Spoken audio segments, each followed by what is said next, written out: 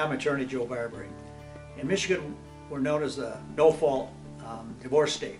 What does that mean? Does it mean that fault in causing the breakdown in a marriage is no longer relevant? Well, that's not the case. But what it does mean is that if either spouse wants to get a divorce, they can. The other spouse cannot stop a divorce. But if somebody is at fault for causing the breakdown of the marriage through domestic violence, or they're having an affair with another person, that fault is still very relevant in a couple of areas.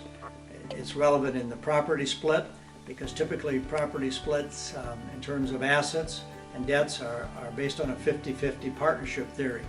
Every asset and every debt that is acquired or incurred during the marriage is divided 50-50.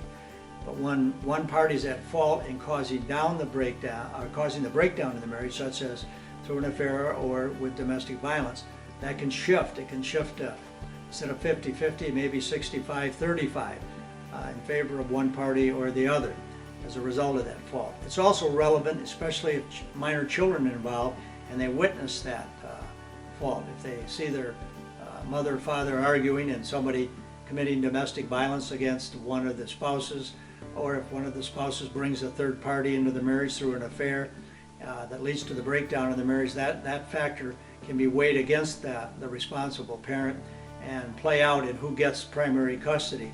And that's a very important issue as well.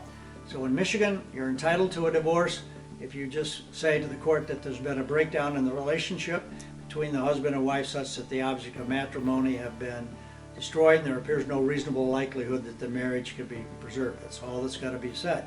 But that fault does play out in other areas, as I've indicated, and I could give you some more illustrations of how fault does play out in a divorce if you review my book, the Michigan Divorce Book, what every married man and woman needs to know. And a copy can be obtained by contacting our law firm at barberilawfirm.com, either by picking up a copy at our office or by getting an e-version sent to you anonymously.